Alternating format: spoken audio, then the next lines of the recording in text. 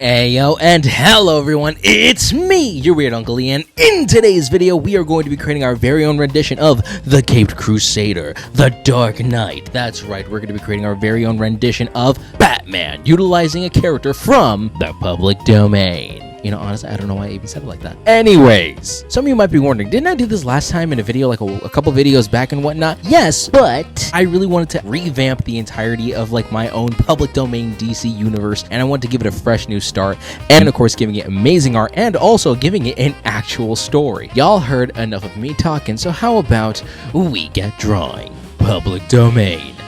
Batman, let's go!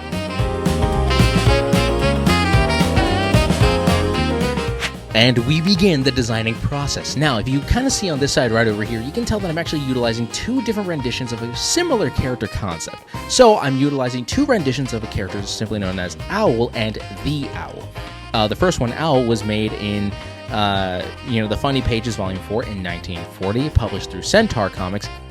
And we have the Owl, which is actually made in Crack-a-Jack Funnies, again in the 1940s, published through Dell. Now, these are two entirely different characters, but they had one thing in common. It's the fact that they were both wearing purple adjacent costumes, and they were both themed after owls. And for me, I had to kind of just merge these two ideas together with the concept of course, making my own rendition of Batman. Now that I think about it, if I was to create an evil universe, I would actually have to try to create, I guess, a bat-themed villain to compensate for my owl-based hero. Fun thought processes. Who knows? Anyways, so throughout the entire process, I was trying to emulate the classic Batman look. You know, the underwears over the tights, the gloves, the boots, the cape and cowl.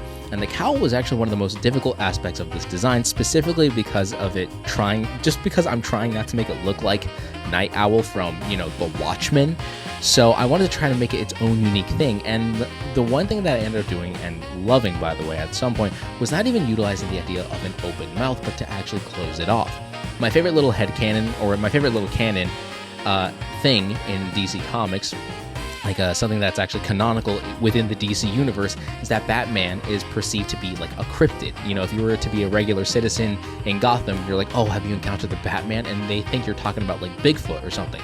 So for me, I wanted to emulate that exact kind of vibe with my owl-themed superhero to making him look like a potential cryptid. Again, you had to see this character at night. You're going to be like mortified and scared because you're seeing nothing more than his owl-based eyes, which is actually one of the most key features of this entire design. So obviously diving into that, I then decided to add in the owl-based logo on his chest. Again, it feels a little reminiscent of the Batman logo, but again, just done through an owl-based aesthetic, adding in all the fun little bits here and there, and eventually refining the whole costume. I originally wanted to make him skinnier, but I was trying to find a way to make it like James Gunn's Superman, kind of a situation where he's muscular yet skinny at the same time, but either way, he still ended up looking way too buff for his own good. I tried using the first owl design colors, but then I decided to stick with just using it primarily more purple and then giving off, the darker colors and letting the yellows pop out. Again, giving it that strange, ethereal kind of edge. But other than that, what do you guys think of my rendition or my overall newer concept design, etc. of, well, my, public domain Batman, aka the Owl?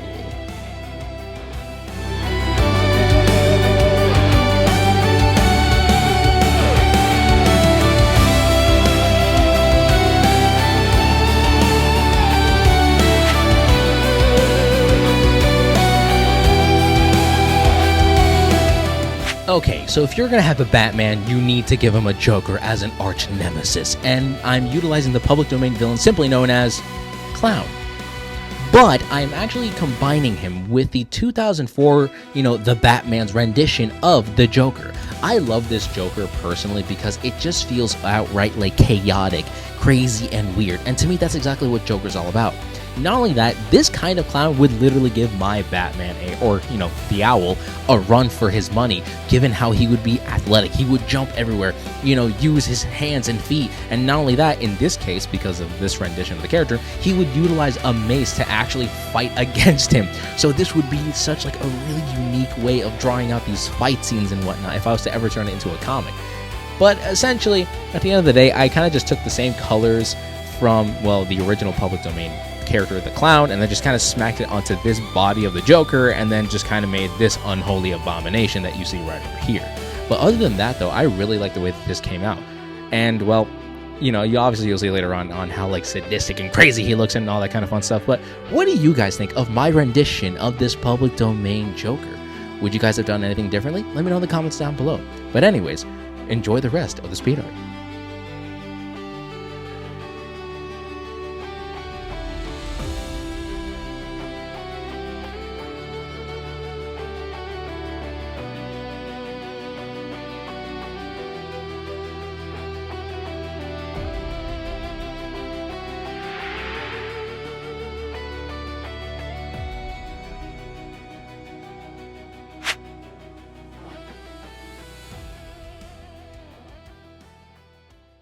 Jack Garrison had never believed in angels, not in the winged kind anyways. He believed in watchers. By day, Jack crept through the halls of Calvary Rest Public Library. He's a soft-spoken man with rounded glasses and secondhand shirts, shelving history on every bookshelf ever. Yet at the same time, criminals wrote new chapters in blood just beyond the building walls. Some said the city was older than sin itself, built by broken men on swampland and secrets. Its churches were full, but its justice system was empty. People prayed for miracles they didn't believe would come, and Jack was even one of them. But then came the night. They came for Jack's father, Silas Garrison, a mechanic who could fix just about anything, except his own body. After the racketeers made their visit, they broke both his knees with a tire iron for refusing to pay protection money. Jack was only 17 when this happened, and yet he can remember the sound, bone against steel. He remembered his father's scream, wretched and in pain, and after all was said and done, he also remembered the silence, long, hollow, vacant than ever before, as if the swamps was holding its breath. Police filed a report and claimed it was too dangerous. The city's criminal underbelly was tied too tightly to its surface. Money flowed, and where money flowed, justice drowned. Jack dropped out of college, took the library job to stay close to the city's pulse. He moved back to the swamp, the hidden cabin amongst the rocks his grandfather built during the war. There, surrounded by wilderness and wisdom, began to create something else, something interesting. Yet it all started an idea.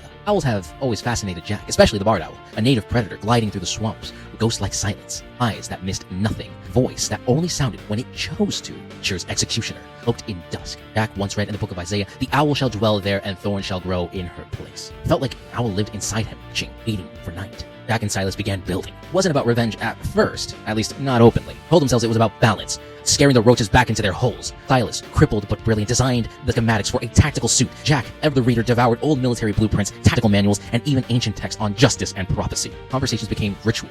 Work, a quiet gospel. Swamp's dark. Sweat in his brow, they bruised from constant training, became something new. Not a soldier or savior, but a symbol. Not burdened with speaking, but only watching. A messenger of accountability in a city that had long forgotten consequences. The suit was lean, lightweight, and had weatherproof cloak designs to mimic an owl's wingspan. A visor with infrared lenses shaped like an owl's eye. The mask smooth and rounded. Everything human. Tools lined in his belt, silent darts, retractable talons, grappling systems built, repurposed inch parts, and no guns. Guns were loud, cowardly. The owl was above that. Suit Jack felt as if he were a part of the wilderness, a creature of the shadow and judgment. Before Jack left, he turned to his father sitting by the wooden stove within this cabin, reading a worn Bible. Jack said nothing. Silas, his father, looked up to him and said, "The eyes of the Lord are everywhere." Jack nodded, answering in a low voice, "Let them see through me." And thus the Night Owl was born, not in glory or fame, but in silence, in watching, in becoming the eyes no one else dared to open. For Jack Garrison, justice wasn't a roar, a silent reckoning. And now the city of Calvary's Rest would learn, no sin goes unseen.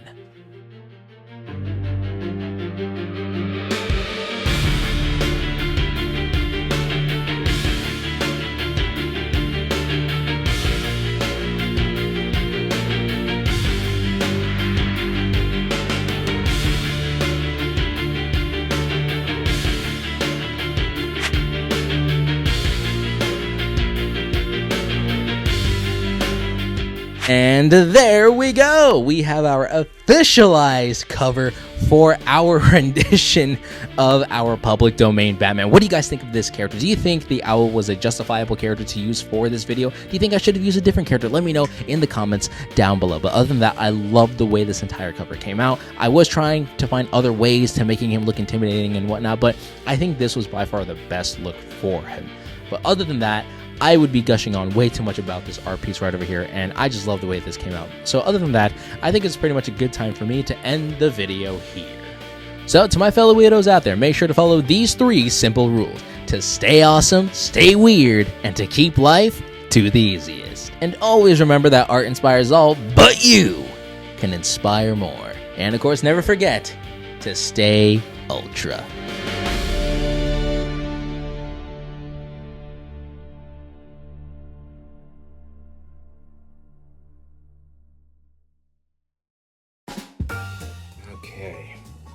Oh, now that we got that out of the way, on to the next character. Now, thankfully, everyone voted on the poll, so I already know who I'm going to be doing.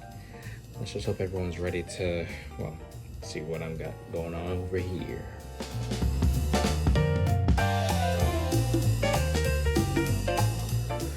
Okay. I think I got it done this time. I think this one, I'm hoping this video does well. Okay. I just hope they'll have the will to check out this one.